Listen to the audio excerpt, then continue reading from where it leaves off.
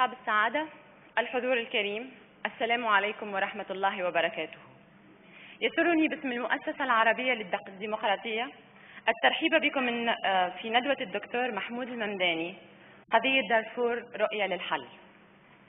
تأتي هذه الندوة تحقيقا لرؤية مدروسة لأهمية ثقافة الحوار الديمقراطي، حيث توصل المؤسسة الالتزام بتنظيم الندوات والمؤتمرات ورعايتها، هدفا منها إلى إرساء مفاهيم الحرية والتعددية والتسامح، وذلك إيمانا منها بالدور الجوهري لكل أفراد المجتمع في تأسيس ديمقراطية حية وفاعلة. ولأهمية قضية دارفور على المستوى العربي والدولي، أولت المؤسسة العربية للديمقراطية اهتماما خاصا بنشر الوعي بأبعاد الأزمة وتداعياتها، والحث على بحث السبل الأنجع في مواجهتها ومعالجتها. في سبتمبر أيلول 2008 عقدت المؤسسة ندوة بعنوان قضية دارفور وآفاقها، كما نظمت ورشة ركوبة أجاويد دارفور في أواخر مارس آذار من هذا العام، حيث شاركت أكثر من 50 شخصية من أبرز قيادات المجتمع الأهلي الدارفوري في الورشة التدريبية للسلام الاجتماعي والعدالة الانتقالية.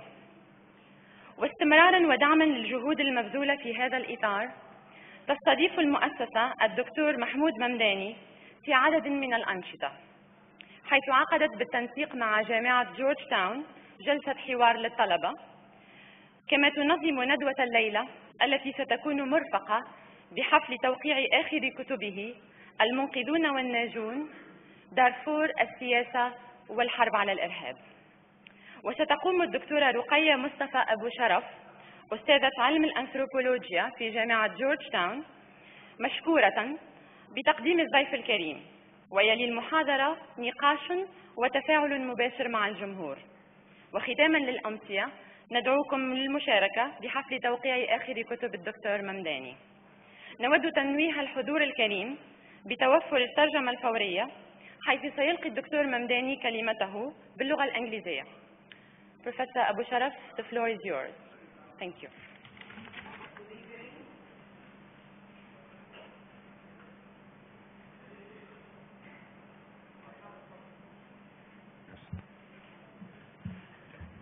Hi everyone.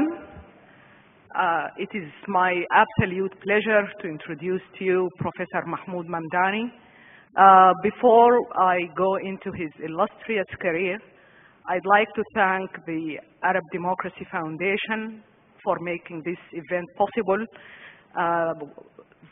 Dr. Wafa Haj Omar and Ustaz Muhsin Marzouk have been an absolute delight to work with throughout the preparation for Professor Mamdani's visit. Professor Mamdani is Professor of Anthropology, African Studies, and South Asian Studies at Columbia University in New York City. He loves to think of himself as living in Kampala and commuting to work in New York City. Professor Mamdani has enormous amounts of publications, edited books, and chapters in anthologies, but I will mention three so that we are already half an hour late.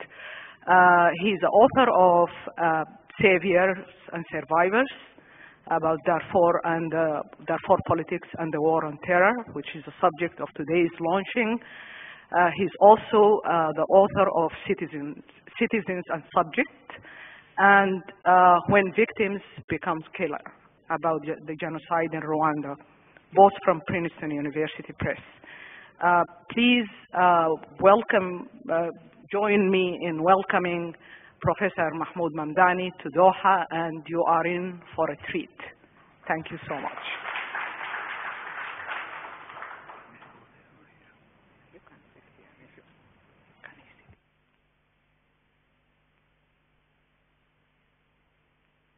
Just a minute, please. I just wanted to let you know that everyone has a sheet of paper for the Q&A. Write a concise question just in the interest of time, and when you are given the opportunity to ask the question, read it directly, and we would prefer just to go straight to the questions. and then we'll go to the next part of the event, which is a book launching. Thank you.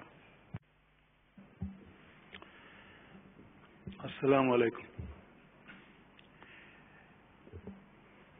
I apologize for talking in English, but I have no choice because I don't speak Arabic.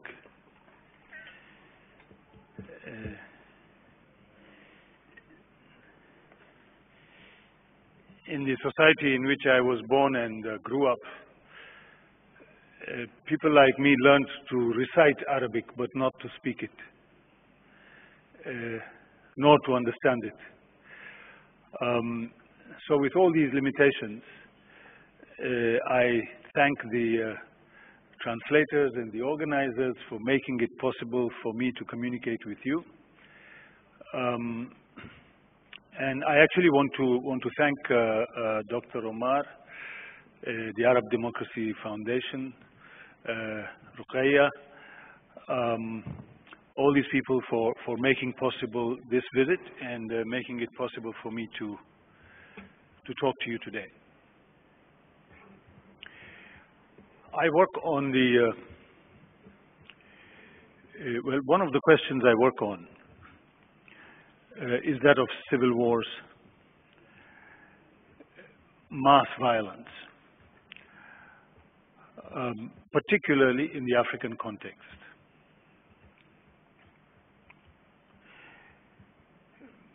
One of the things which struck me about the conflict in Darfur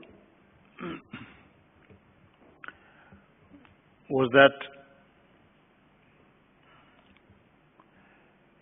unlike most African conflicts,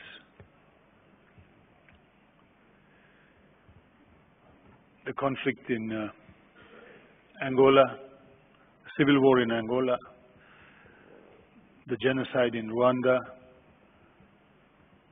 the wars in the Congo,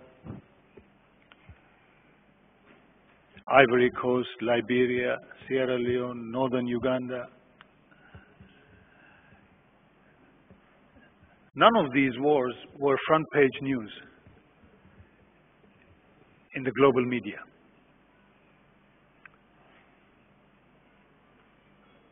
Darfur was an exception.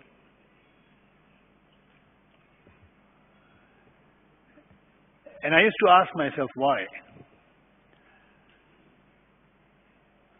Because certainly the level of violence in Darfur, the numbers of people killed,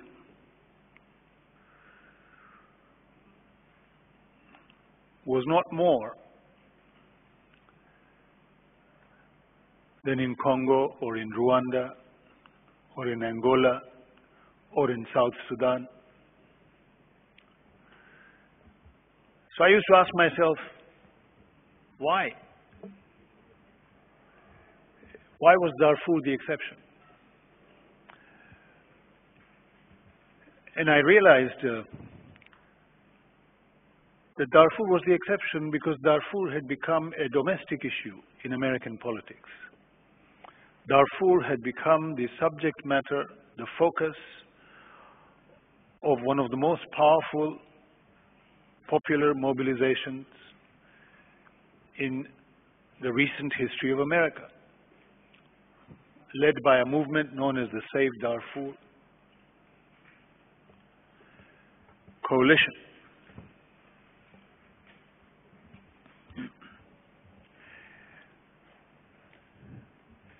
So I decided to connect the dots, as Donald Rumsfeld used to say, and to follow the trail to the Save Darfur website. And I was struck by the fact that the website, the focus of the website was almost exclusively on atrocities, burnings of villages, rape, killings. But there was no focus, none whatsoever. Nothing that gave you an idea of why the killing was happening, why the atrocities were taking place. What was the issue that led to this conflict, or that was reproducing this conflict? None whatsoever. You were left to conclude that the explanation for the conflict was the perpetrator.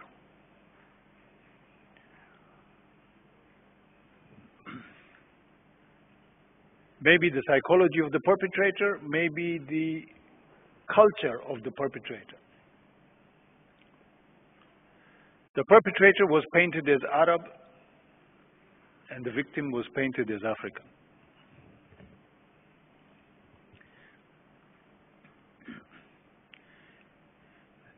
Then I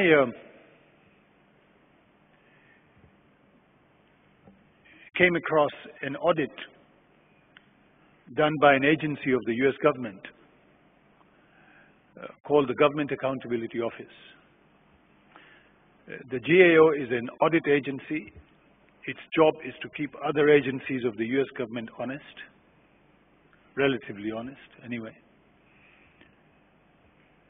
In 2006, the GAO got together with the Academy of Sciences in the US. They appointed 12 experts and they asked them to look at 6 different estimates of the numbers of people who had died in Darfur at the height of the violence, 2003-2004. The estimates ranged from a low of 50 to 70,000 coming from the World Health Organization to a high of 400,000 coming from researchers associated with the Save Darfur coalition. All 12 experts agreed unanimously that the high estimates were the least reliable. They said the high estimates had been drawn from a study done in refugee camps in Chad and had then generalized from that study to the whole of Darfur across time and space without regard to differences. I was struck by the fact that even though these results were sent to the Department of State, which accepted them, it's still available on the website, the GAO website. If you go on the net, look up the 2006 study. It's about a 78-page report. It's there. Then this report was sent to Congress, then to the media. To my knowledge, not a single major American news source covered it. But the thing that surprised me was that Save Darfur continued to use the same figures of 400,000 plus dead in its publicity. This rap on the knuckles seemed to have had no effect on Save Darfur movement. Let me go back to the GAO report. There was a second thing that came out in this report. The second thing was that not everybody who had died had been killed. That in fact there was not one cause of violence, but there were at least 2 major causes of violence. Sorry, not of violence, but of mortality. There were at least 2 major causes of mortality. WHO pointed out that 70 to 80% of those who had died were children or infants who had died from diarrhea and dysentery. from the effects of drought and desertification. 20 to 30% who had died from direct violence, and they were mainly male youth. Now, there's no Chinese wall between these two causes. Anybody who's done studies of mass mortality in the context of wars and conflict knows that violence can also cause deaths indirectly. In other words, children and infants who may not have died if there was no conflict, but who died because medicine was not available because of the conflict. So that we need to consider both the direct and the indirect causes of violence. And yet the fact was that the disease, the drought and desertification had preceded the conflict. According to the United Nations Environmental Program, the drought began, this particular drought began in the mid-1940s. It was a 4-decade-long drought. By the mid-1980s, the southern rim of the Sahara had expanded, roughly 100 kilometers, pushing the nomads of the north down south.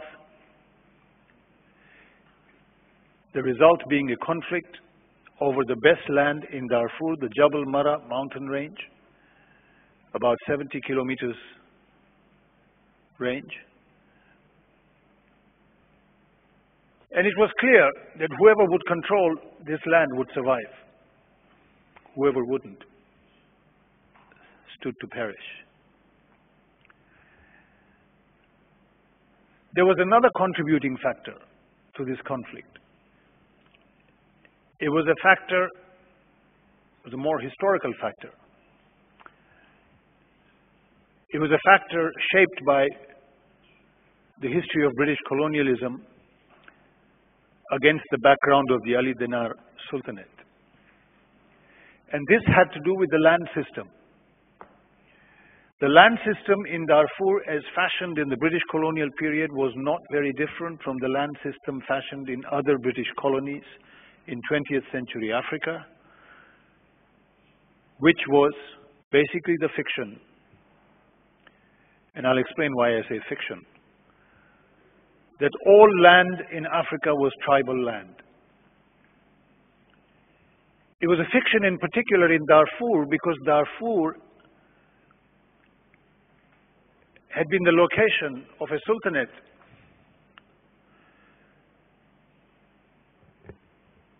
for centuries, and in the course of this sultanate, the court had distributed land to nobles,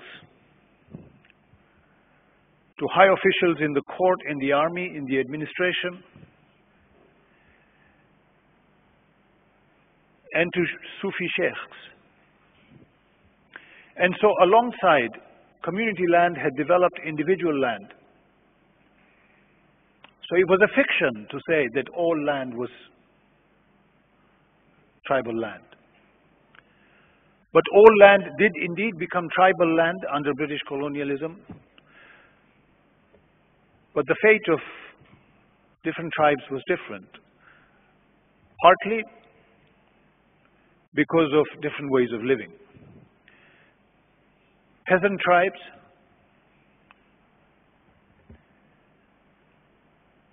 who lived in fixed villages, who were as fixed on the ground as their crops,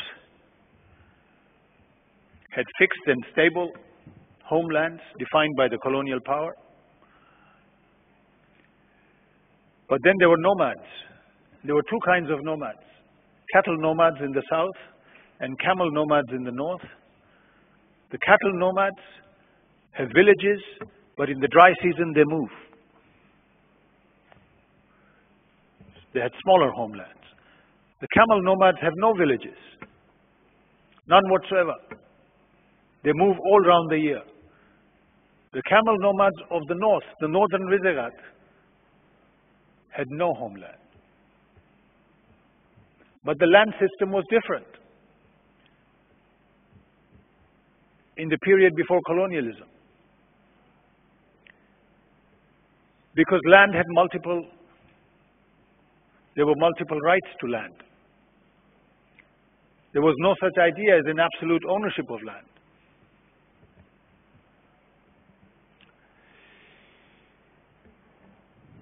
So when the clash ensued in the Jabal Mara, the two sides to the clash came with two different notions of rights. The peasants of the south said, this is our tribal land. It was a tribal notion of rights. The nomads of the north said, we are Sudanese as you. It is our national right to access land anywhere in the country.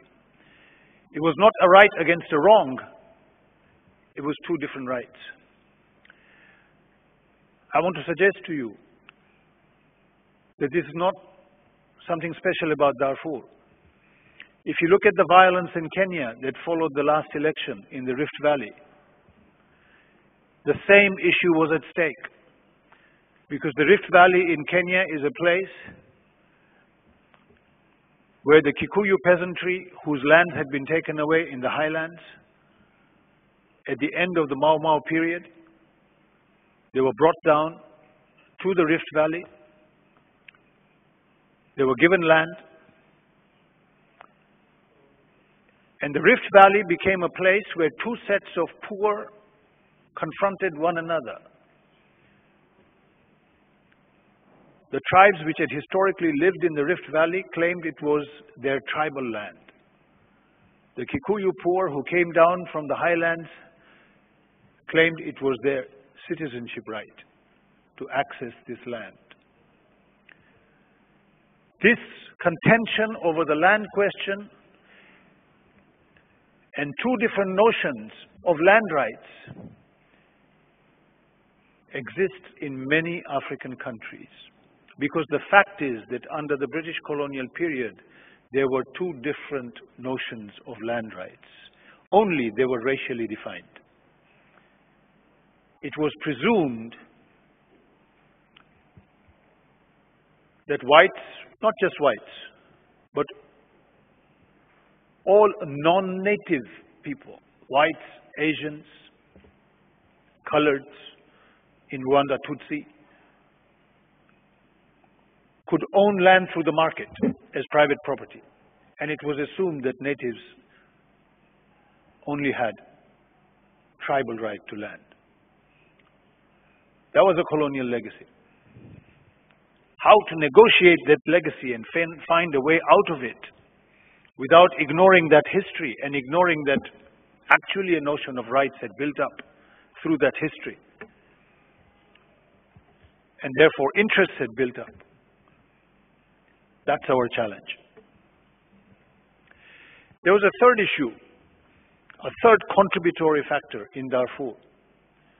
Because as you examine the problem, it goes as if it has a ripple effect. Third issue was regional, even global, which was that at the height of the drought in the mid-1980s, the region became a focal point of the Cold War. Darfur is adjacent to Chad. There was a civil war in Chad from independence, from the 1960s. But in the 80s, when Reagan came to power in America, the day after he took office, he declared Libya a terrorist state. And in Chad, the two sides in the civil war got absorbed in the Cold War. One side was supported by a coalition of United States, France, and Israel. The other side was supported by Soviet Union and Libya. If one side was in power in N'Djamena, the other side crossed the border into Darfur. It is in Darfur that they trained. It is in Darfur that they mobilized, and it is from Darfur that they attacked. Darfur became to Chad what Eastern Congo would become to Rwanda after the Rwandan genocide. Because just as in the Great Lakes, the opposition in Rwanda crossed the border into Eastern Congo and it mobilized armed and launched attacks from Eastern Congo, in the process militarizing Eastern Congo. Similarly, Darfur became militarized. A level of technology became available that had not been available previously. At a time when a drop of water could not be found, it was very easy to find an AK-47 in Darfur.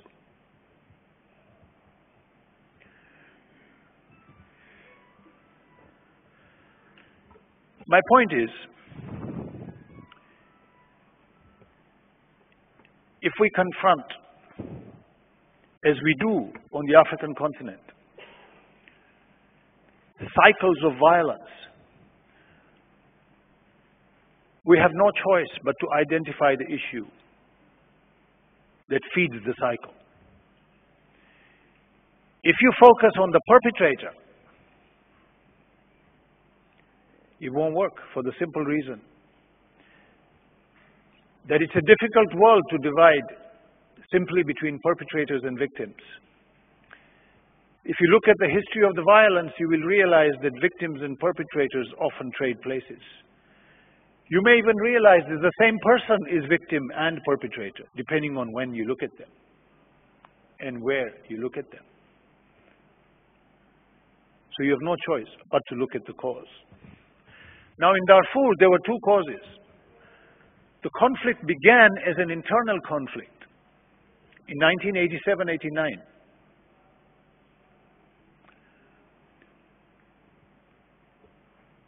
In this way, it was different from South Sudan.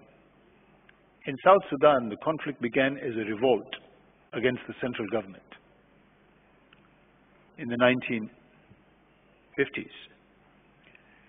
In South Sudan, the central government, Khartoum, tried to turn the conflict into a tribal warfare in the south, with some success, but not great success. The process in Darfur was the reverse.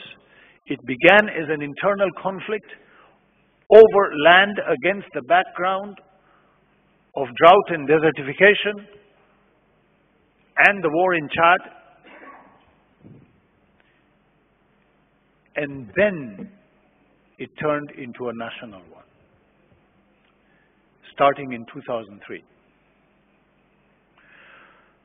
But before I go into 2003, one of the best accounts of the conflict, 87-89, was by a Darfuri anthropologist, Sharif Harir, who is today one of the leaders in the rebel movements in Darfur.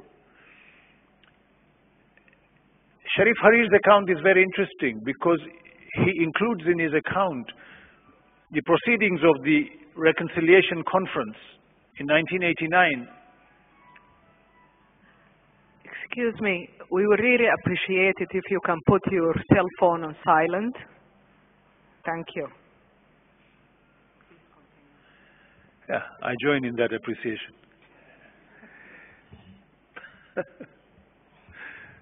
So, Sharif Harir,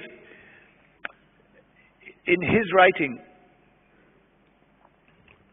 he has transcripts from the Reconciliation Conference of 1989.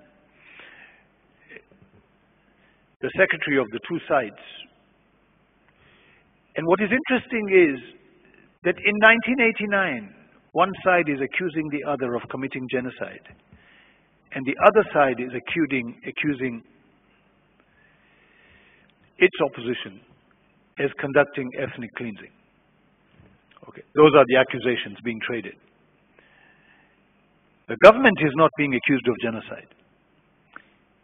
In fact, the government in Khartoum, the present government in Khartoum, comes into power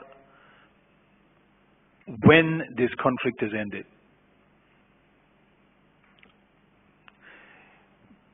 The West was involved in that conflict before the present government came into power.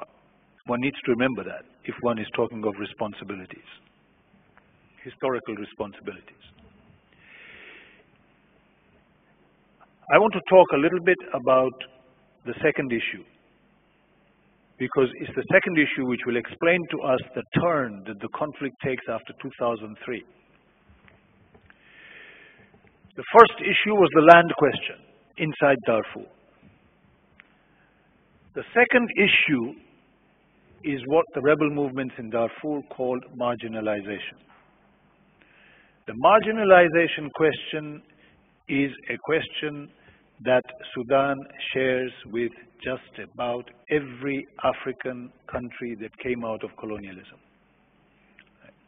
Because in every African country that came out of colonialism, political life, public life was divided into two spheres.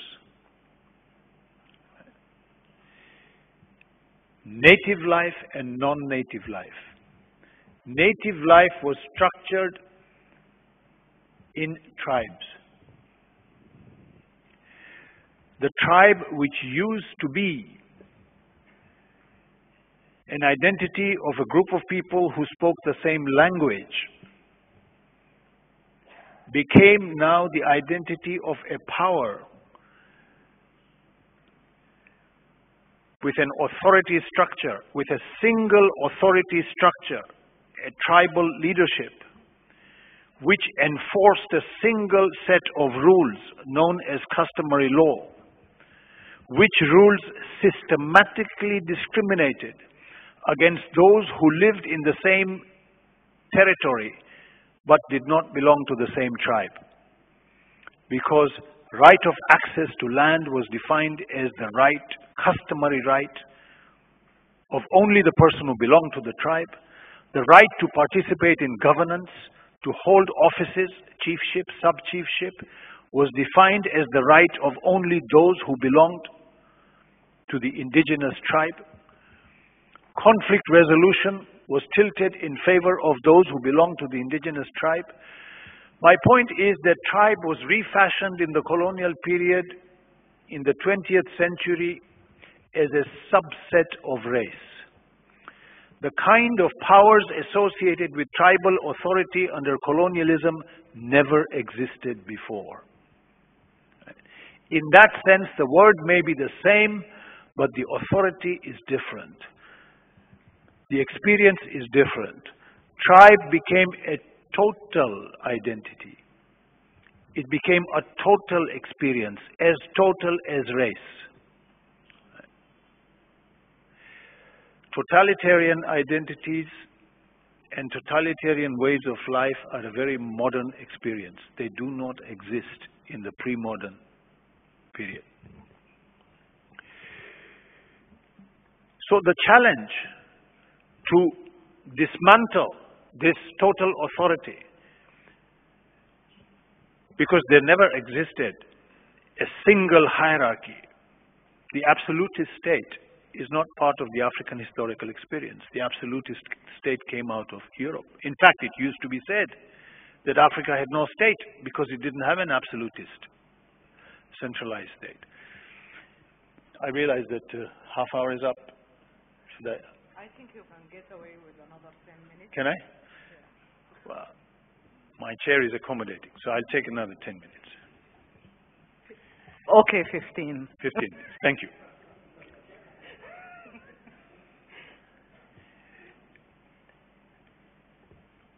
What is common in most African countries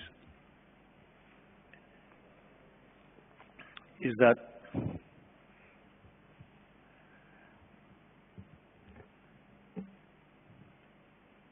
because public life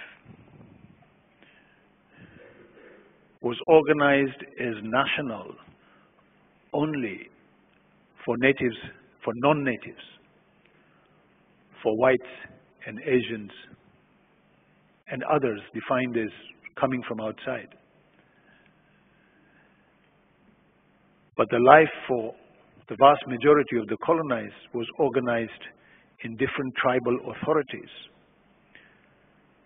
the first breach in this was the nationalist movement, nationalist mobilization. But nationalist mobilization was uneven because ways of life were not the same. Some places had plantations, others didn't. Some places like Darfur were labor reserves from where labor moved to different places, including the Jazeera scheme, or to different towns.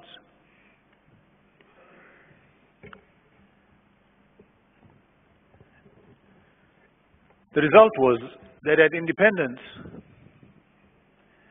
the state was often the preserve of an elite from particular tribes, excluding the vast majority of the people. In Sudan, it is said that the political elite has systematically come from 3 different tribes in the north. The Black Book, published by GEM, gave statistics and figures on how 3 different tribes had monopolized political power and public offices. The process of reform in most African countries has been a process of civil war and, as a response, state reform, or civil war and secession. These have been the 2 outcomes, or ongoing civil war. 3 outcomes. So let's ask ourselves what kind of lessons we can draw from the African experience.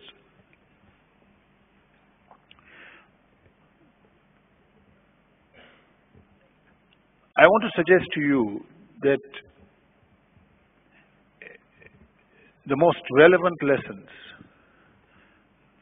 come from the South African transition from apartheid.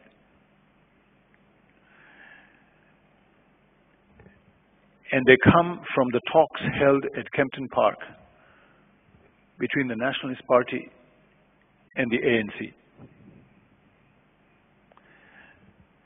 The background to the transition from apartheid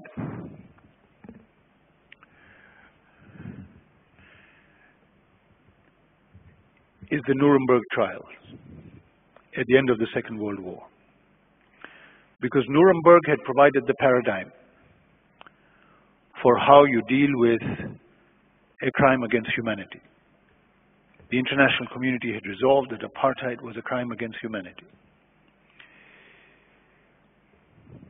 But if you apply Nuremberg and its principles,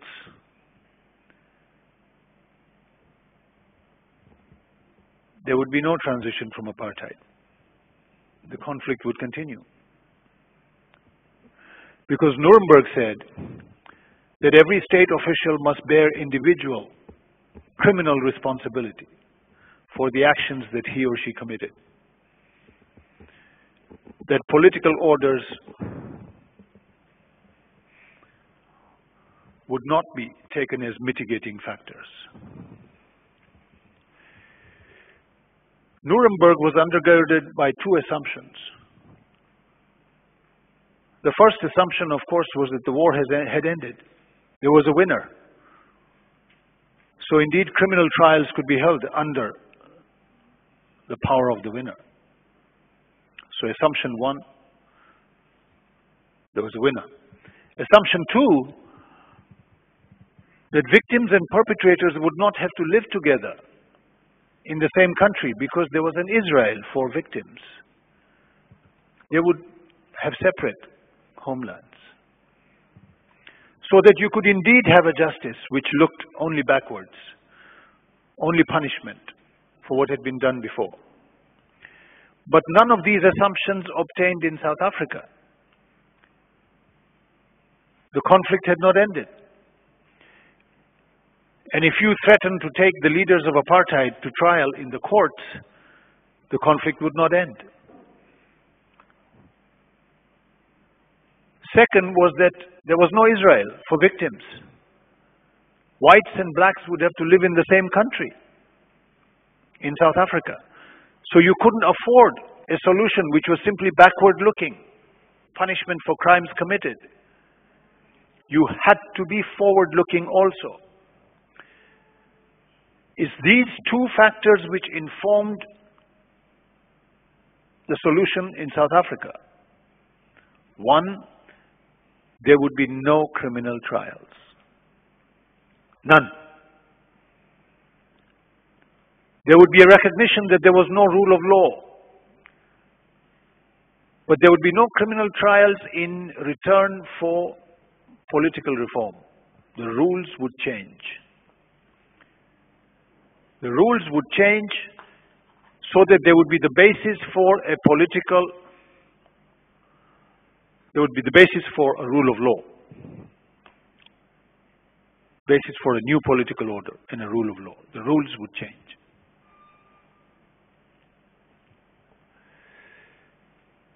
You remember, Steve Biko had been killed by policemen in jail. Everybody knew that. Everybody who knew who those policemen were. His family took the case to court. The court threw it out, said no. Sorry, you can't have this because our settlement precludes it. It is not that there was no justice. There was justice, but it was political justice, not criminal justice. The priority was given to political justice, group justice, rather than individual criminal justice. The lessons of South Africa were followed in Mozambique. You remember Renamo in Mozambique used to kidnap children, force them into atrocities against their own family, and then abduct them into the army. There were no trials in Mozambique. There was a political reform. Renamo agreed to give up its weapons in return for the right to participate in political life, to run for office. And the leadership of Renamo, which would have been sitting in jail if there was criminal justice, sit in parliament, and they almost won the last election. The solution in South Sudan was the same. There were no trials. None. But there was political reform. Right. The point I'm making is this. The kind of violence we confront in most African countries is not criminal violence. It is political violence born of political conflict, of a conflict which has the nature of a civil war. We need to recognize that the only corrective, the only way to move beyond that conflict is to rethink the political order, to reform the political order. A reform which is an inclusive reform, a reform which will not continue the civil war through a recipe of criminal justice for criminals of yesterday, because the criminals of yesterday are not simply criminals, they are also political leaders. The South African experience showed us that you have to decriminalize the other side and treat them as political adversaries. The South African government unbanned the ANC, the Communist Party, and the PSC, and all the other organizations. And these organizations accepted the South African government, the apartheid government, as a negotiating partner. I suggest we keep that lesson in mind. Thank you.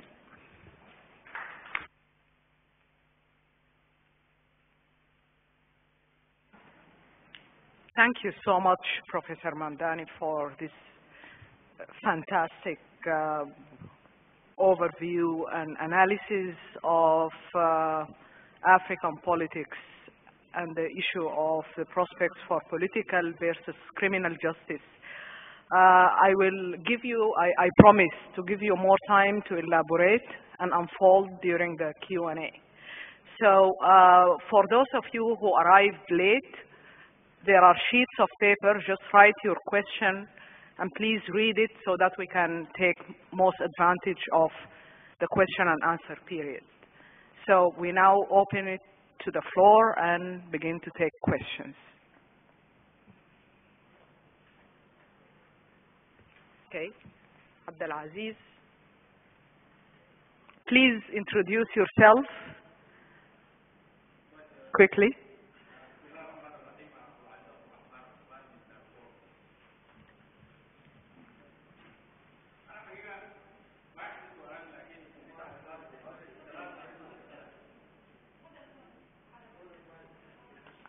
Abdelaziz.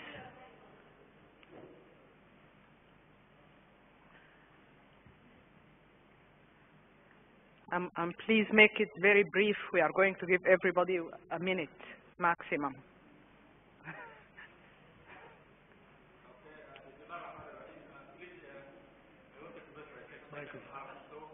Sure. The mic is not working. The mic is not working. حقيقة دي الندوة الثالثة أقامت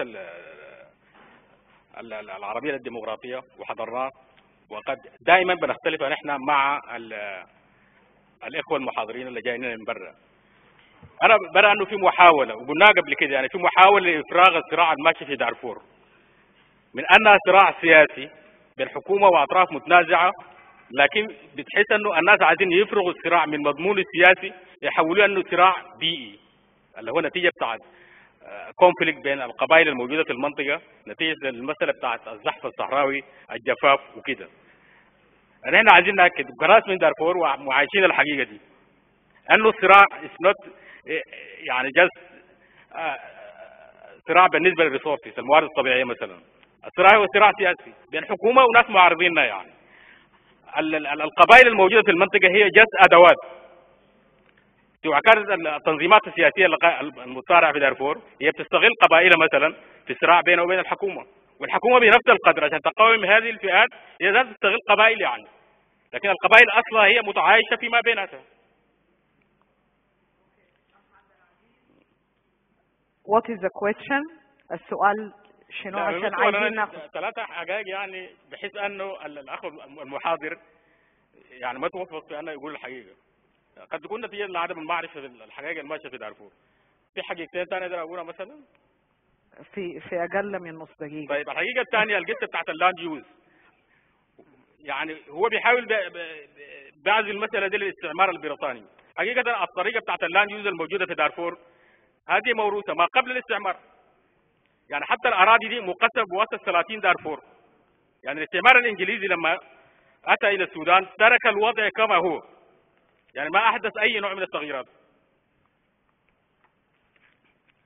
بعدين التهميش المارجناليزيشن اللي بيقولوا، وبيعتبر انه هذه واحده من مخلفات الاستعمار، اي حتى المارجناليزيشن هو بيحاول يبررها بانه المستعمر هو اللي احدث عمليه بتاعت التهميش.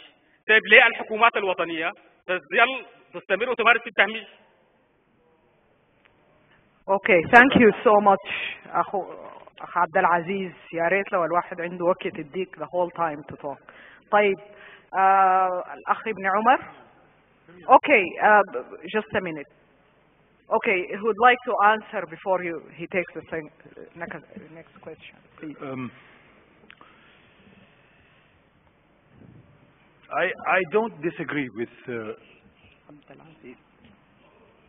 Abdelaziz.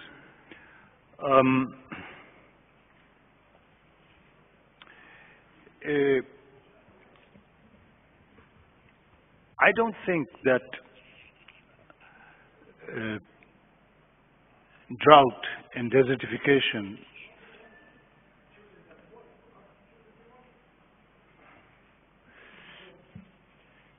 What is the problem? What is the problem with choosing a Darfurian? This is exactly why we are having this conversation. No, but it's... Excuse me, please. There is no ground for conflict. We want to invest the time to listen to Dr. Mamdani. Thank you very much. Thank you very much. We will proceed with Dr. Mamdani's response. Please go on. Okay.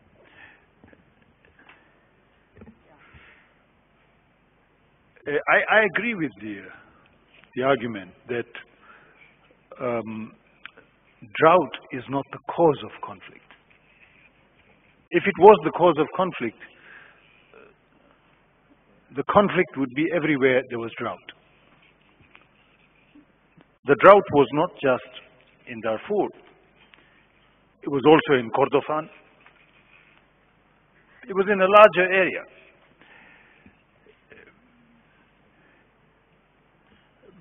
Scholars who work on famine, for example, point out that drought does not become famine automatically.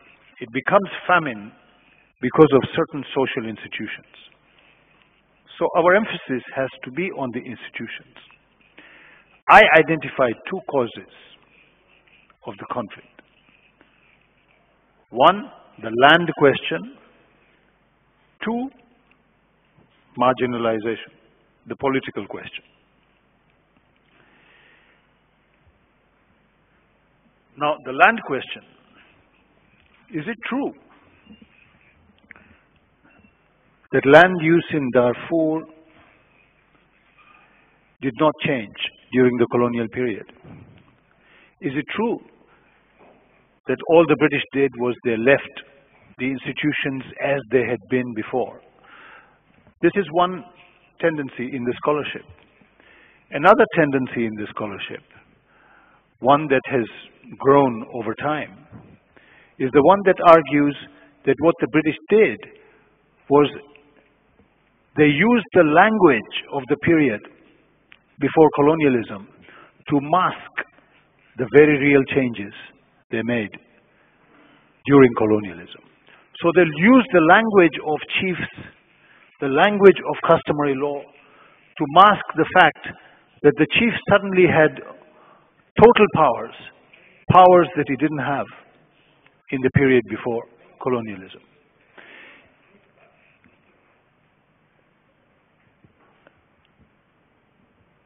Well, so let me just say,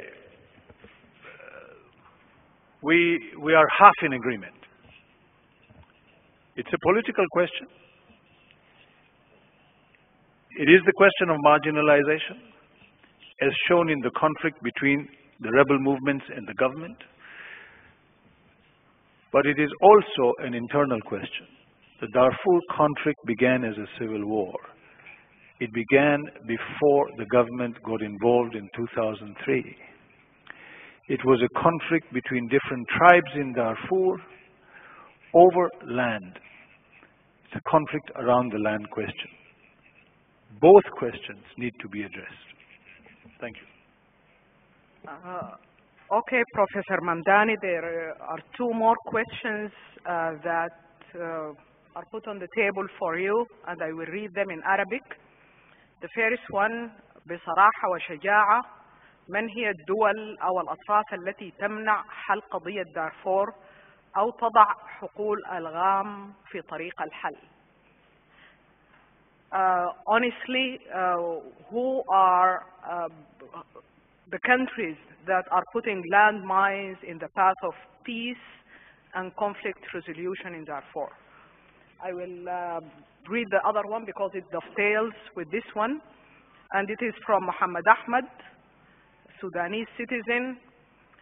بحسب إحصائية مصدرها هاك، فإن جملة ما ورد للمنظمات الطوعية NGOs العاملة بدارفور خلال العام 2008 حوالي $1 مليار، صرف 85% على المرتبات والاحتياجات الإدارية للمنظمات والعاملين بها، فيما ذهب فقط 150 مليون للنازحين والمتأثرين.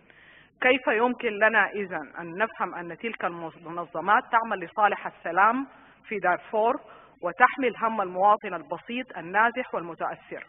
وكيف يمكن للمجتمع الدولي الذي يدعم ويسيطر على مفاصل تلك المنظمات أن يبرر ذلك ويدافع عنه، وهو الذي يتحدث باستمرار عن الحالة الإنسانية السيئة لإنسان دارفور؟ So you got the translation, or shall I? All right. He said, according to latest statistics by NGOs working in Darfur during 2008, that $1 million had been spent, 85% of which went to salaries and perks for international organizations and international aid workers. What happened to the rest? Only $1 million is said to be spent on displaced people. So in that light, how can we understand that indeed these organizations are working to alleviate the suffering of the ordinary Darfurian displaced person? How do we understand the role of the international community, which claims that it defends the worsening human condition for the Darfurian individual? So if you can, all right.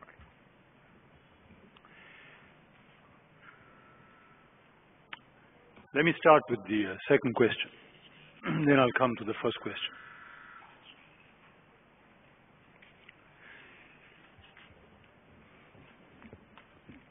UN forces on the ground, UN officials on the ground, estimate that from September 2004, the average mortality in Darfur was less than 200 persons a month. The head of the UN mission,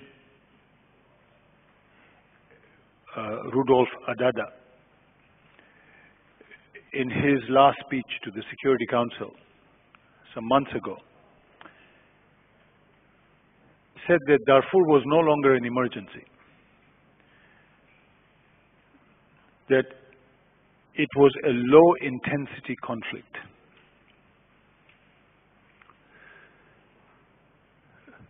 The Security Council rebuked him and said that the problem in Darfur was not simply the number of people who had died, but also the refugees, the IDPs, the internally displaced persons in the camps, which were over 2 million. When I went 2 months ago. I was in Khartoum, and I went to see the UN officers, and I asked them, I said, how do you get this figure of 2.2 million people in the refugee camps? And they said, you know, we have actually been asking ourselves whether this figure is reliable or not, because we get this figure from the numbers who claim food in the camps. Why? What's the reason to believe the figure may not be reliable? The reason is that several people, how many we don't know, live in the camps and have homes outside the camp. People who have homes in urban areas but come in the camps and register to receive food. It's totally understandable in a place characterized by drought, desertification, poverty, immiserization. So as with mortality, even with IDPs, there is reason to have some skepticism about the figures. What happens to the money? I'll give you one example. The Save Darfur movement in 2006 collected $15 million. That's what they declared in the US. When I went to Darfur, I asked the humanitarian officer in the UN, I said, how much money did Save Darfur send to Darfur? He said nothing. When I went back to New York City, I called somebody in Save Darfur headquarters in Washington, D.C. I said, I was told you sent nothing. He said, well, we are an advocacy group. meaning they spent the money on advertisements, mainly. Full-page advertisement in the New York Times, in weekly magazines. Second, they are competing with the governments, not just for resources, but for power.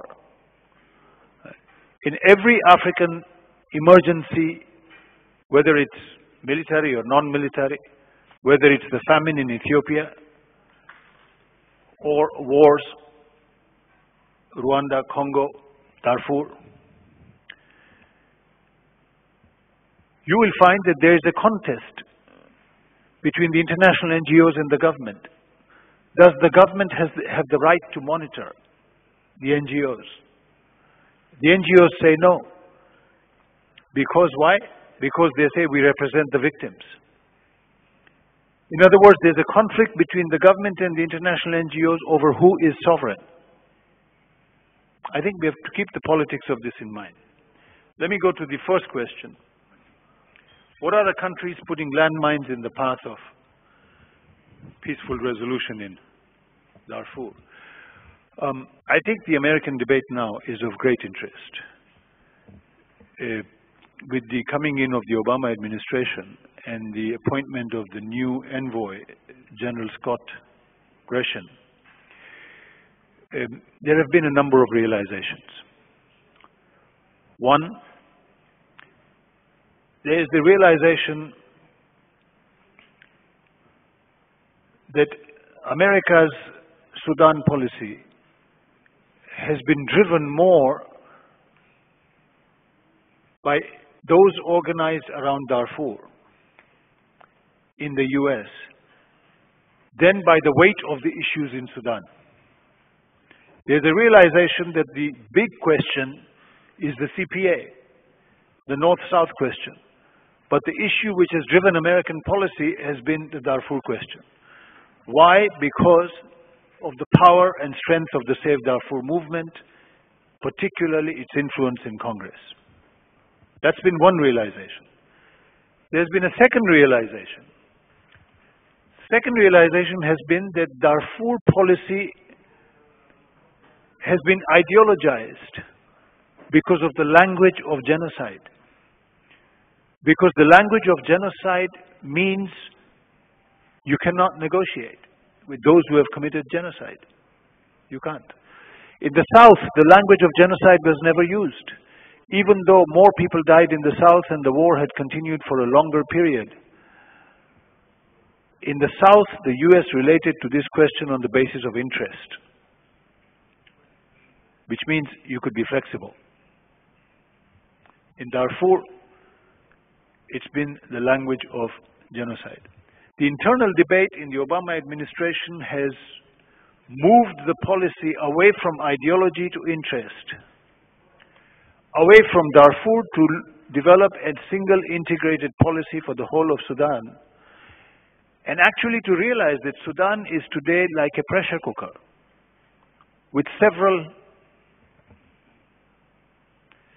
deadlines.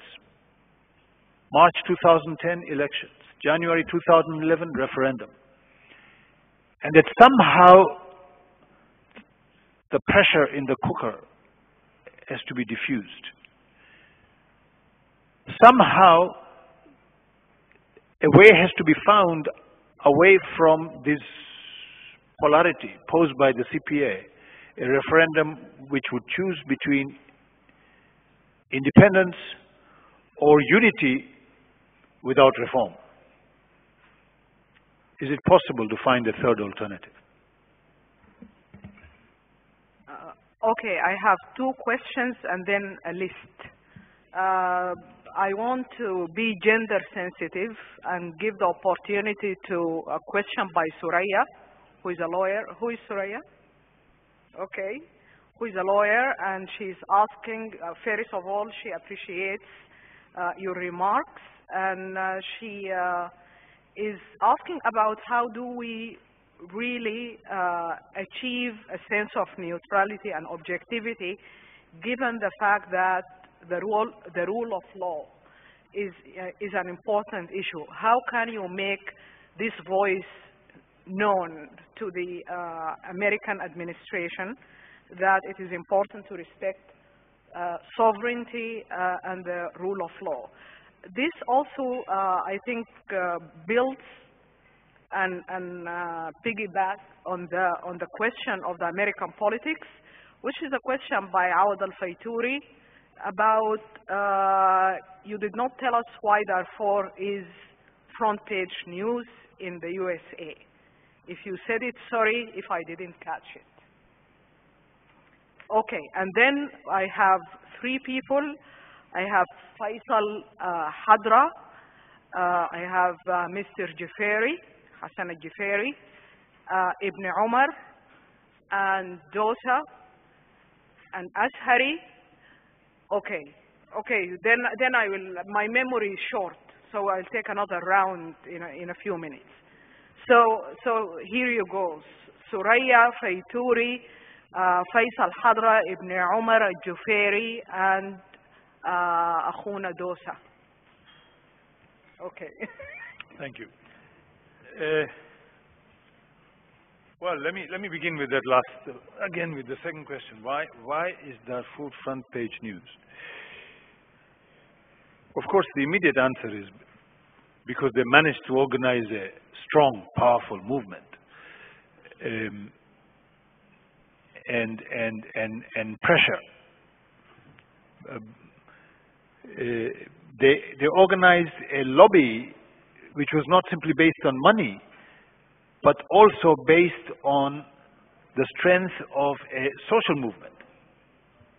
People organized in different towns and cities. Now, let me say a few things to clarify the nature of this movement, especially the leadership of this movement. And it becomes clearer if you go to the early period. In the first rallies, which Save Darfur organized in New York City and in Washington, D.C., they would distribute what they called faith packets. Because the leadership of the Save Darfur came from a very important part, came from religious organizations,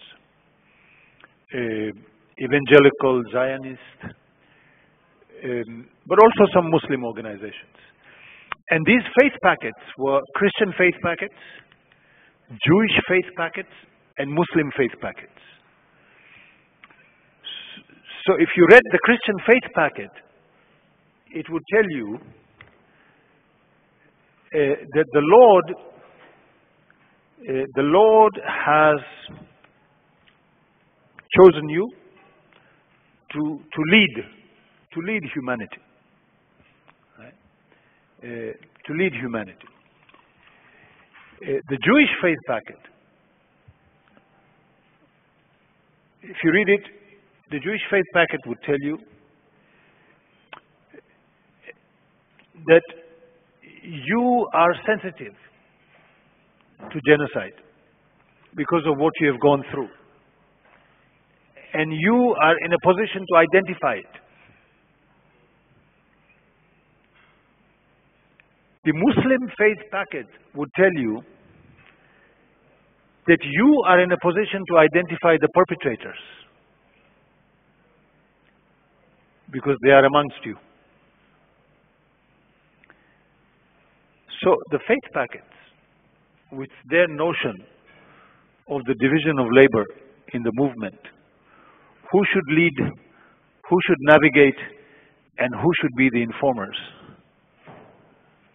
gives you an idea of the perspective, the view of this movement. I personally believe that the Save Darfur movement, in all the years, did not change one thing on their website, which was the claim that the perpetrators were light-skinned Arabs and the victims were dark-skinned Africans. It's not true, but they didn't change this. And I believe that the reason they thought this conflict was particularly valuable politically was because it allowed them the possibility of painting the Arab as the perpetrator of a genocide, of painting the Arab as a contemporary Nazi, and the African as a contemporary Jew. The question of rule of law, I think it's an important question, and I think it's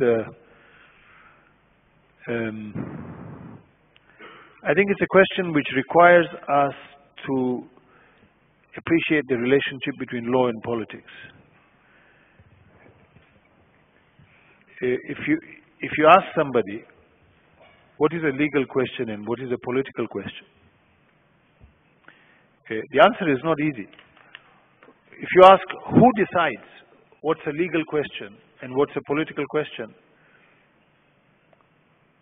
the answer is politics.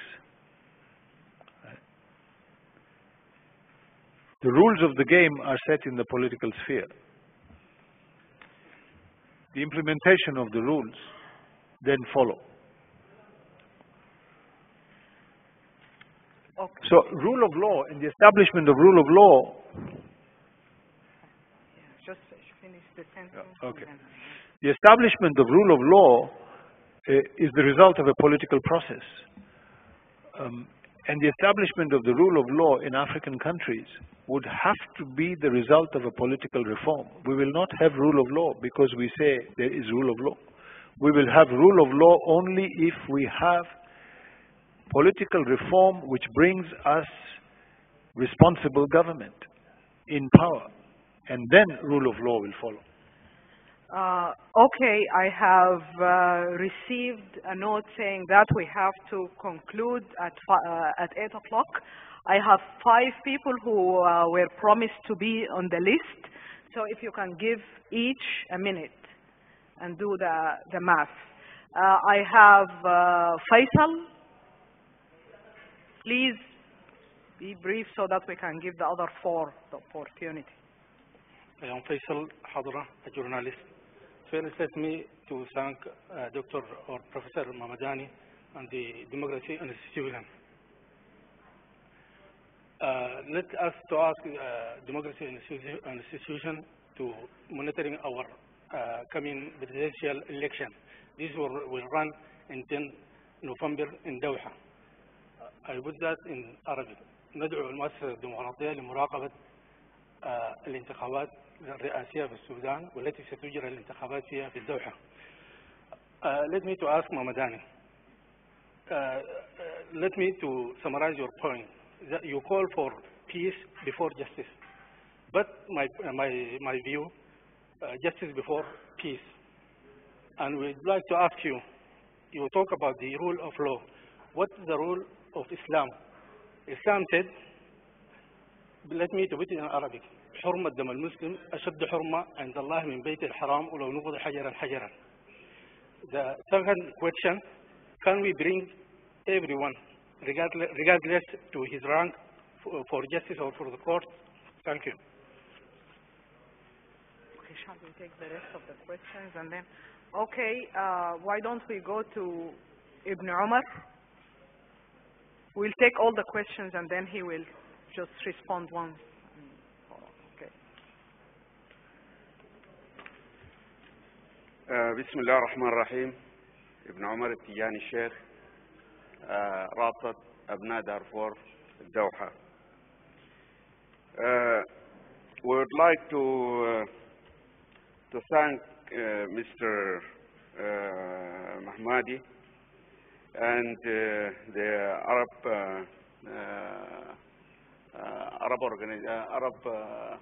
Please hurry. Democracy Please Foundation, hurry, just ask the question. And for holding this seminar. My question is, I think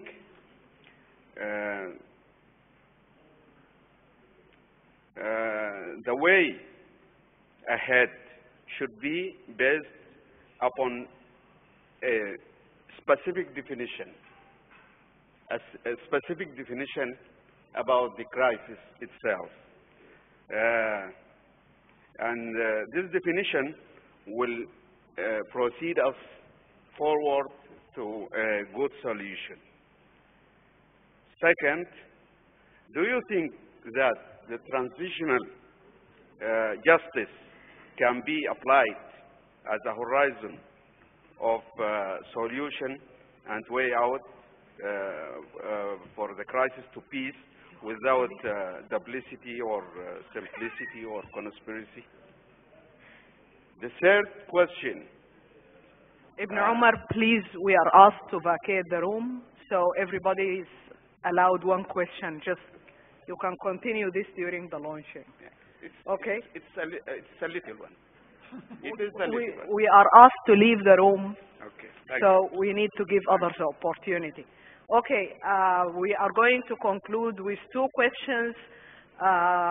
Dosa, a quick question, and then Mr. Jaferi is going to. And then we will, please don't take it personally. We are going to have the event outside of this space, so you can ask all the questions. Okay, thanks, Mr. Hammadani. What is your comments about this harsh statement which has been made by Eric Reef about your book? Savers and Survivors is a display of arrogance, bias, and error that may prove impossible to surpass in any future account of Darfur. This is a very harsh statement, but put by Mr. Eric Reef. So how to reply? The second thing is you ignore or avoided the role and the responsibility of the regime, the central government in the conflict. You talk about regional and local, but you did not talk about the central. The final thing is that justice, this is the last paragraph of your book, or the conclusion, I mean the last chapter of your book, which you said responsibility to protect or right to punish. This is the last paragraph of your book. You have said that, I got the impression really, you said that justice is not a precondition for a peace, or at least not important as a peace. You literally and expressly said that in its present form, the call for international justice is really a slogan that masks a big power agenda to recolonize Africa. Unfortunately, yesterday, the African Peace and Security Council reaffirmed the criminal justice, and now you are calling what is known as political justice. Okay. I think just, Mr. Jaferi, please, I think I forgot one person who is, I forgot to read his name, Ashari, and he will be quick. I'll give him 20 seconds, and then you. Ashari. And there is a question also about who are the saviors and who are the survivors. Ashari Nuruddin, lawyer. I have a very straight point.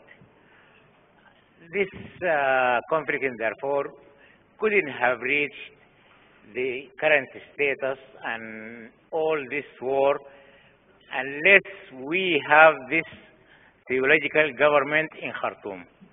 I think the turn and the atrocities and the number of people who died in Darfur couldn't have happened if the Sudan was ruled by any other government than the government which has a clear theological drive. That turned the war in the south to a holy war. Millions of people died in the south because of this, not because of the conflict, the original conflict between the revolt in the south and the central government in Khartoum. The war took a turn under this government, and this is why now we reach this position that the south asked for clearly for self,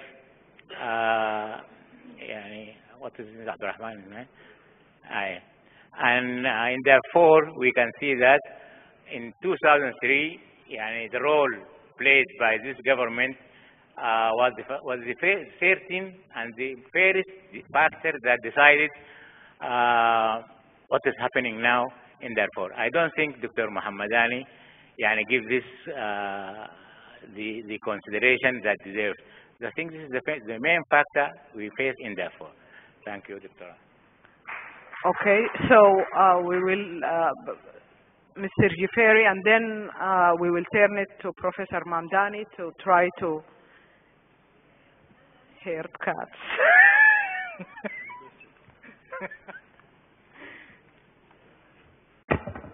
Yeah, that's it. Mr. Jafari, please, one question in 60 minutes or less. 60 seconds. Minutes. Thank you 60 very much. seconds. Oh my God. I thank you for 60 that. seconds or less. Then you get to chat at the launching. شكرا. أنا حسن الجفيري. أنا عندي مداخلة لأني أنا كنت من المراقبين لعملية دارفور، واكتشفت أن منظمات المجتمع المدني وحقوق الإنسان هي التي كانت تتهم الحكومة السودانية وليست دول معادية. وبالتالي الصراعات القبلية اللي تحدث عنها المفكر هي صراعات قبلية موجودة في أفريقيا منذ القدم، وإحنا نعرف عنها، وهذا ليس جديد علينا. ولكن السؤال من الذي صب الزيت على النار وجعل هذه الانتهاكات تحدث؟ انتهاكات الجميع يستاء منها. أنا استأت من هذه الانتهاكات لدرجة أني أنا كتبت كتاب للحكومة القطرية ما تصدر تأشيرة دخول للبشير، وجعلت 400 إلى 600 نسخة من هذه الرسالة تعمم على كل قطر. وللعلم ما اعترض عليه أي سوداني سواء كان من الشمال أو من الجنوب على هذا فالحكومة السودانية هي تنكر الانتهاكات.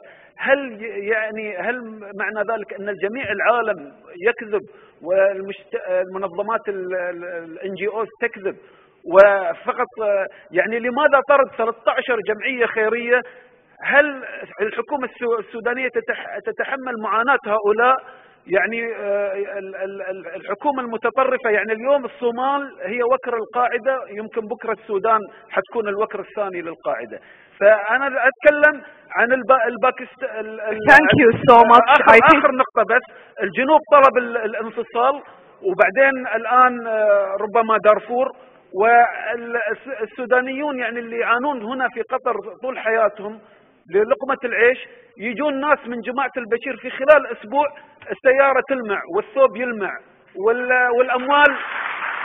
كيف هذا يحدث وبعدين أنا شاب من جامعة الخرطوم يكتب لغة إنجليزية، أقول له والله أنا حكومة قطر صارفة علي أكثر من 2,000,000 ريال، كيف لغتك هذه راقية؟ قال هاي جامعة الخرطوم. قلت له كل الآن اللي يتخرجون من جامعة الخرطوم يكتبون بهالطريقة؟ قال لا، قتلها البشير. وهذا أنا حسن الجفيري وأشكركم. Thank you so much, Mr. Jafari, for being here and for your question. Okay, so Jubair, we will give you the last time, word after he tries to address everything, okay? Somebody said, who are the saviors and who are the survivors in this package of questions? So if you want to put that in the bag as well. Well, first of all, I want to congratulate the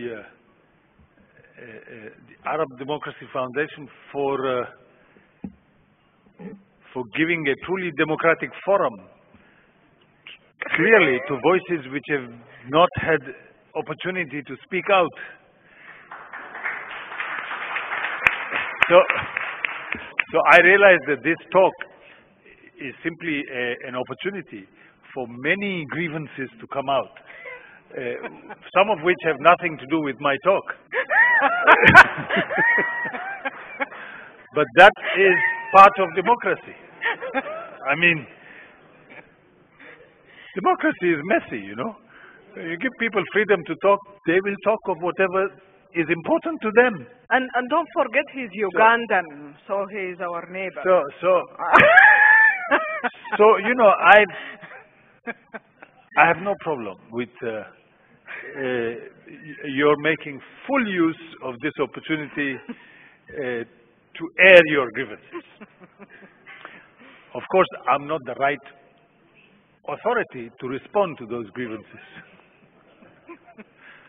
They should be directed, I mean, if you want better results, to direct them elsewhere rather than to me.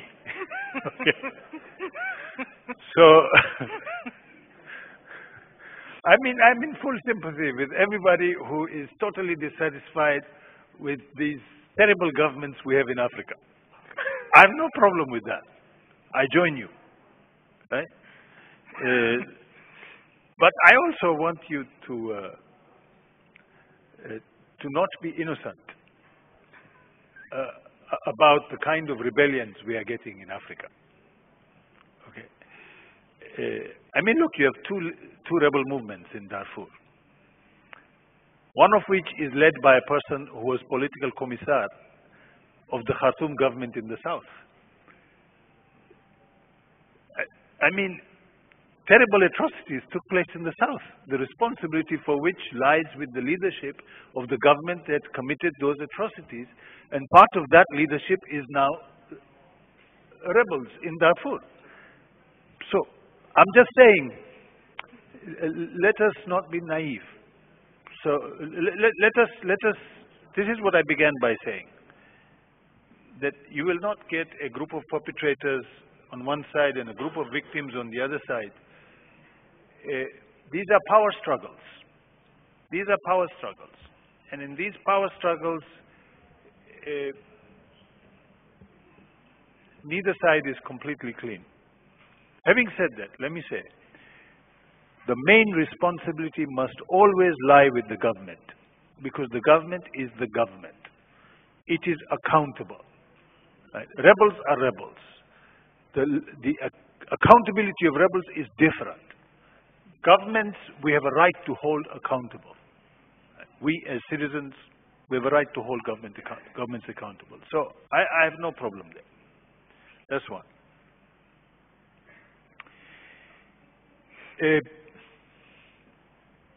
You know what happened in Abuja, African Union? I think you are telling half the story. There's another half to the story. The other half to the story is that the African Union wants the International Criminal Court out of Sudan. It is providing an alternative to the ICC. It is providing hybrid courts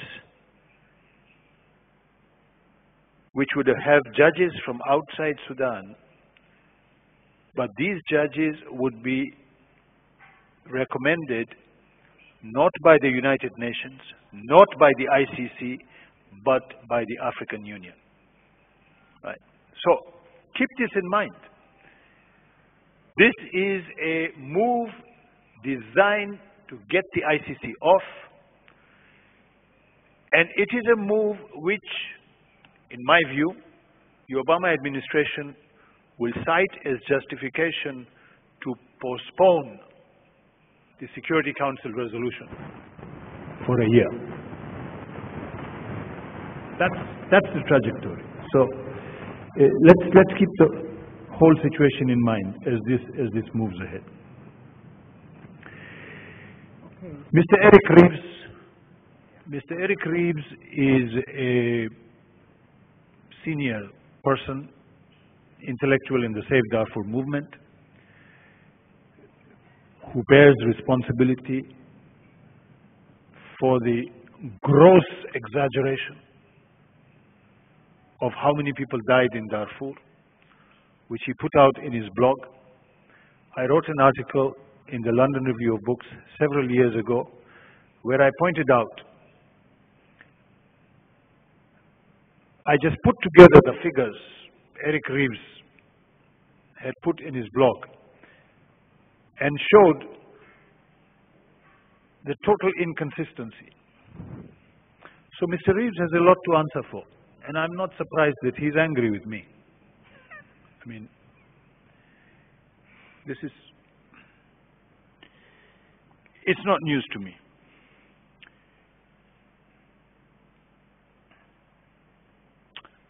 I think some of the questions are directed to the Doha negotiators, not to me. Saviors and survivors, the last question. Well, you know, I was struck by the fact when I wrote my London Review of Books article. I started that article by saying that I teach in New York City, and I'm surprised that the major movement among students in New York City is around Darfur, not around Iraq. Why not around Iraq? Why not Iraq, where the US has soldiers, and Darfur, where the US has no soldiers? I asked myself, shouldn't American students feel more responsible for what's going on in Iraq simply as citizens of the US? And shouldn't they be protesting around that rather than Darfur? And I tried to answer that question. Why are they protesting around Darfur? And I realized when I talked to my students that when they talked about Iraq, they felt guilty. They felt guilty, or they felt impotent in the sense that they felt Iraq was testimony to the limits of American power. But in Darfur, they feel they can again be saviors. They could go and save Darfur. Mind you, the slogans of the, I don't know why this is going up and down, slogans of the Save Darfur movement were out of Iraq into Darfur. That was one important slogan, out of Iraq into Darfur. Another slogan was boots on the ground. This was a war mobilization. The demands were no-fly zone. Right? Put more troops. NATO troops. It was a serious war mobilization. I think we are all lucky that today the judgment has been given by the very people Save Darfur had mobilized. The mobilization is down. Save Darfur is no longer the movement it used to be. Save Darfur does not even have the sympathetic hearing of the US government that it used to have some times ago. The top UN officials have acknowledged that the situation in Darfur changed. Somebody said that I don't criticize the government. That's not true.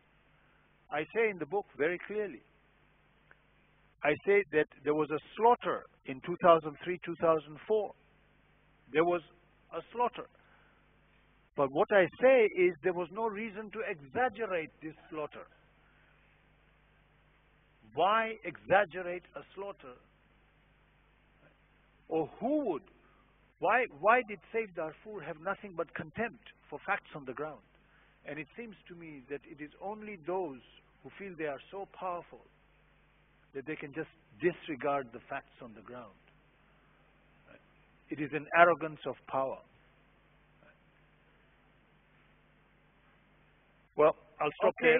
Okay. I will give the opportunity to Dr. Zakaria Matar, and then the final word, وختامه مسك, Mr. Jubair, on behalf of everybody here and رابطة أبناء دارفور الكبرى, the Great League of Darfur Sons. All right, Mr. Zakaria, please go ahead. And I'm so sorry for keeping you waiting for such a long time. Mrs. Moderator, Mr. Speaker, I know English very well.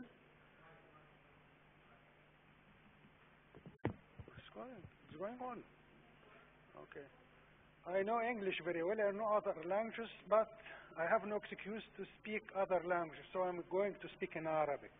my own language. I never sworn the oath of loyalty to any other country except my country. So I'm pure Egyptian. Thank you. بسم الله الرحمن الرحيم.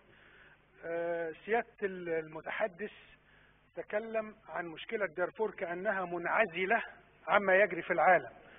أنا أستنكر أي حكومة تقتل شعبها، بما في ذلك السودان، بما في ذلك وادي سوات حرب الوكالة عن أمريكا، بما في ذلك اليمن، أي دولة أخرى.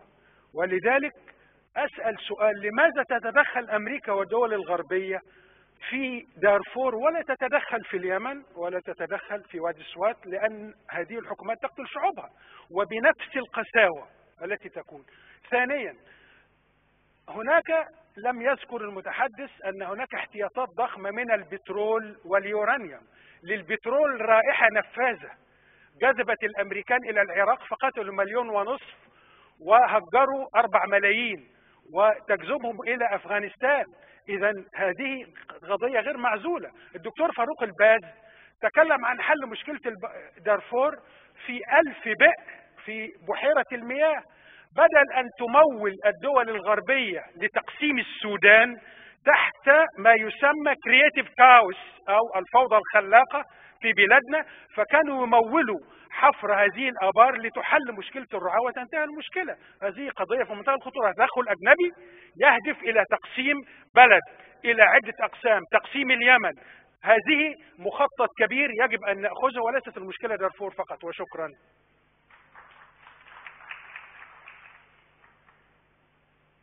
Did you get the translation of it? Did you hear? Okay. Okay, you may respond.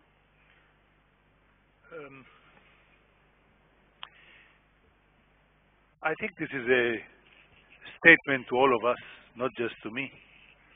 So it's something for us to think about, not for me to answer. Okay.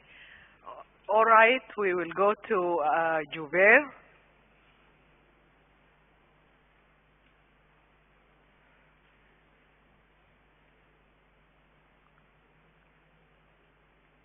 Please introduce yourself.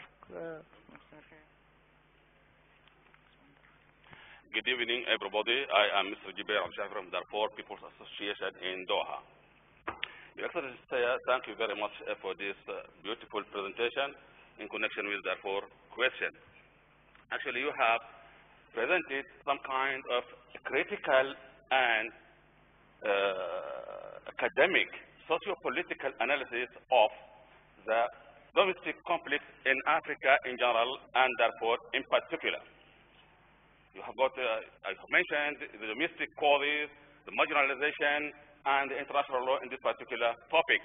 But unfortunately, you haven't put as an academic, as an author, as a man who has got deep concern in this particular issue of African conflict and Darfur conflict in particular.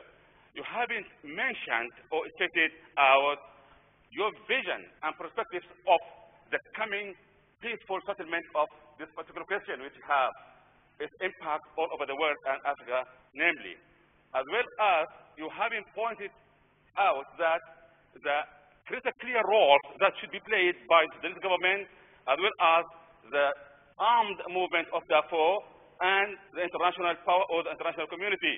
Because every one of these three factions has a role to be played in order to achieve the final settlement of the peace in Darfur. Therefore, still, I think this is an incomplete presentation as long as you haven't met or you haven't met the actual requirements of such symposium. Because we need what are your perspectives as an academic concerning Africa and Darfur in particular, at the same time as a researcher. What is your opinion? What are the solutions you are going to give us in order to help us to achieve this peaceful settlement? And thank you, sir.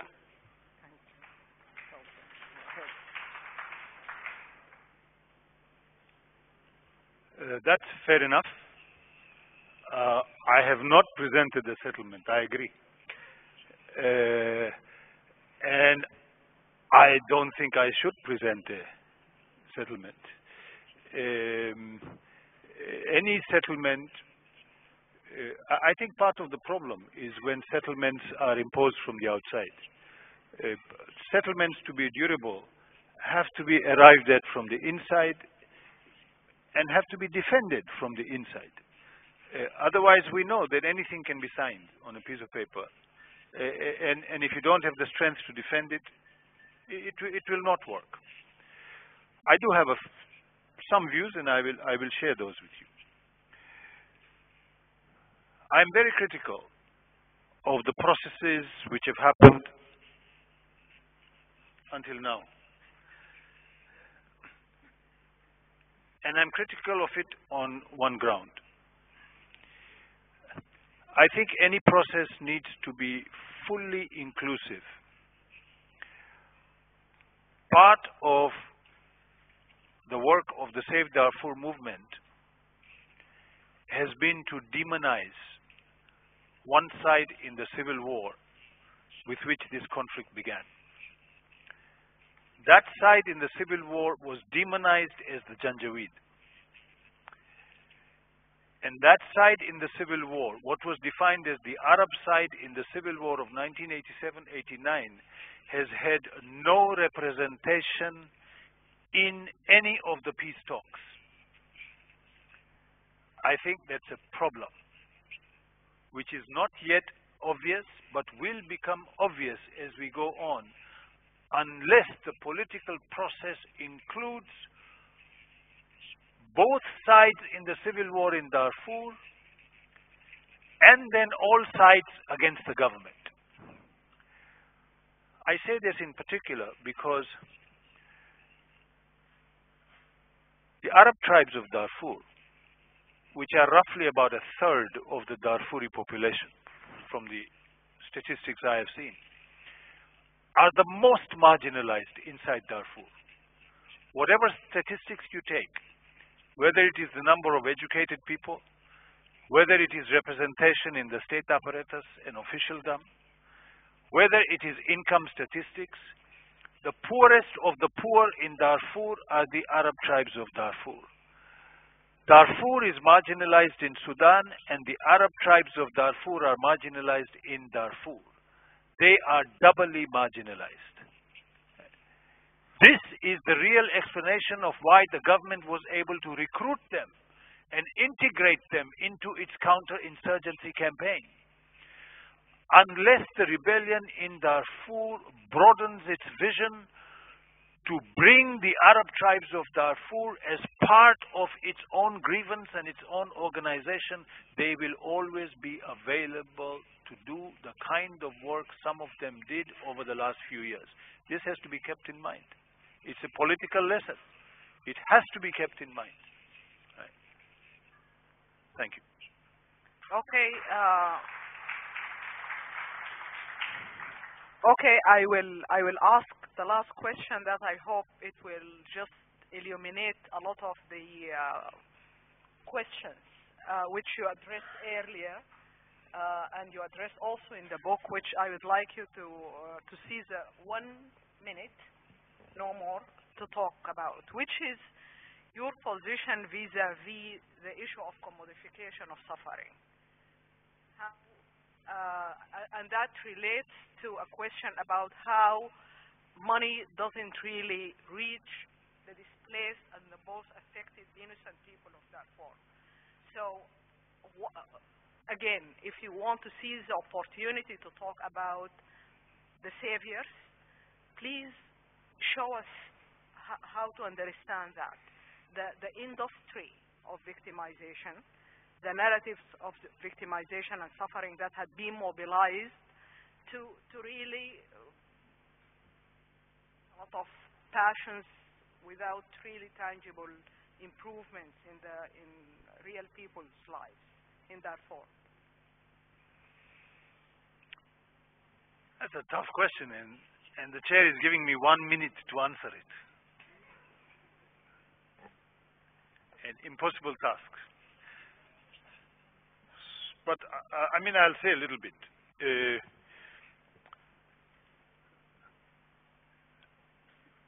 You know, part of the problem is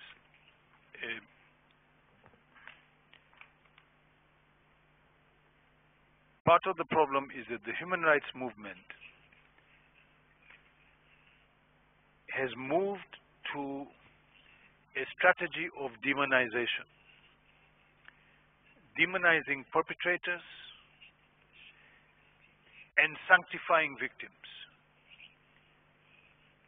Demonizing perpetrators as if perpetrators have all the agency, and portraying victims as if they have no agency. This is a problem, not simply because it's historically inaccurate. It's a problem because if you do this, you will not be in a position to address how to create a future in which yesterday's perpetrators and victims can live together. We have two very clear alternatives before us.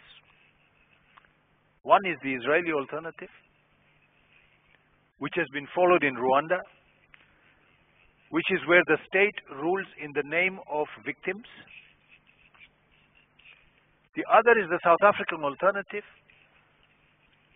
where the state does not rule in the name of victims, but in the name of survivors, and it defines the entire population which survived the crime against humanity, white or black, as survivors. I believe the South African road is the way to go forward. Not the Rwandan road, not the Israeli road. Not the road which will deepen the division in society. Because if you define the future through the lenses which divides this society between victims and perpetrators, you will never have a common future. I leave that problem with you. دكتور ممداني، دكتور شكرا جزيلا. الدكتور أيضا رقية أبو شرف، شكرا جزيلا. الحضور كريم، ألف شكر. واضح جدا أن النقاش كان حادا وساخنا، والدكتور الكبير المفكر الكبير محمود ممداني غني جدا عن التعريف، وآراءه أكيد تعبر عنه كباحث، وهي أيضا لا تلزم المؤسسة العربية للديمقراطية. شكرا جزيلا للجميع. بعد قليل سيكون هناك حفل توقيع لكتابه الأخير المنقذون والناجون دارفور السياسة والحرب على الإرهاب. لمن يريد أن يشتري كتابه أيضا هو متوفر. وندعوكم في الأسبوع الثاني من شهر نوفمبر، بال15 من شهر نوفمبر، لحضور ندوة فكرية أخرى للمفكر العربي الكبير عزمي بشارة، وبتعقيبنا المفكرين الدكتور خالد الدخيل والدكتور فواز سرابلسي. ويلي ذلك أيضا حفل توقيع كتابي الأخيرين للدكتور عزمي بشارة في المسألة العربية، مقدمة لبيان ديمقراطي عربي وأن تكون عربيا في أيامنا. إذا الموعد القادم للمؤسسة العربية الديمقراطية سيكون يوم 15 من نوفمبر المقبل. شكرا للجميع، وتفضلوا على حفل توقيع. شكرا جزيلا.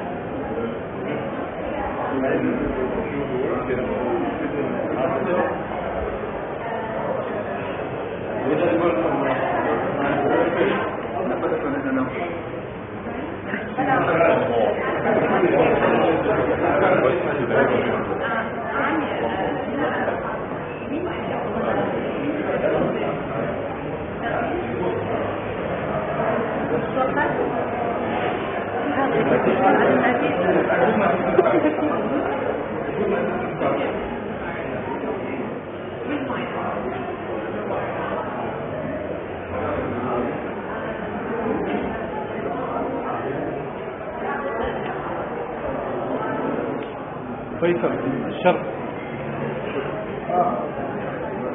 عند البزنس كارد.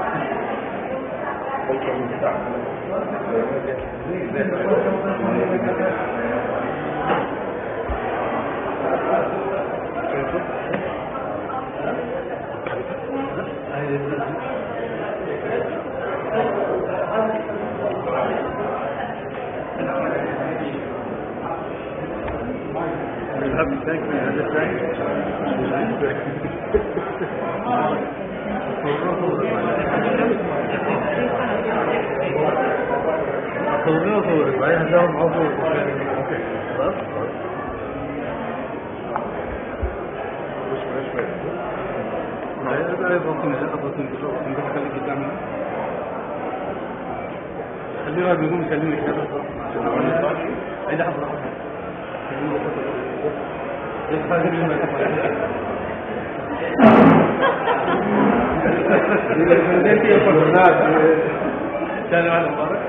with pleasure. Yeah. Thank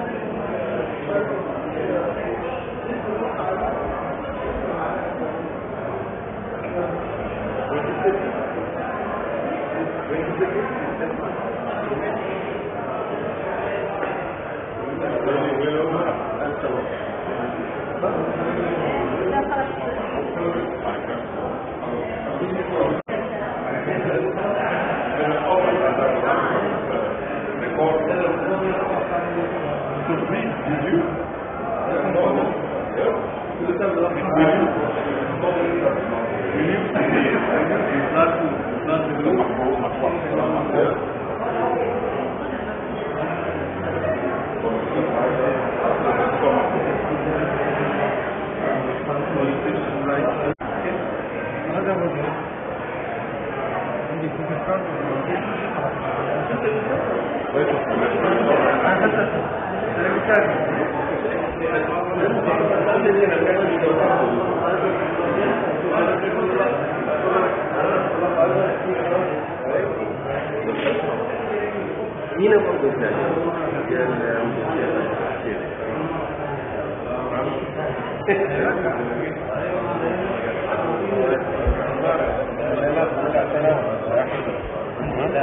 Thank you very much, sir.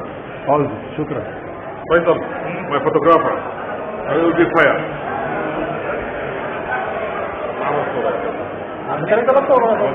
Thank you, Professor.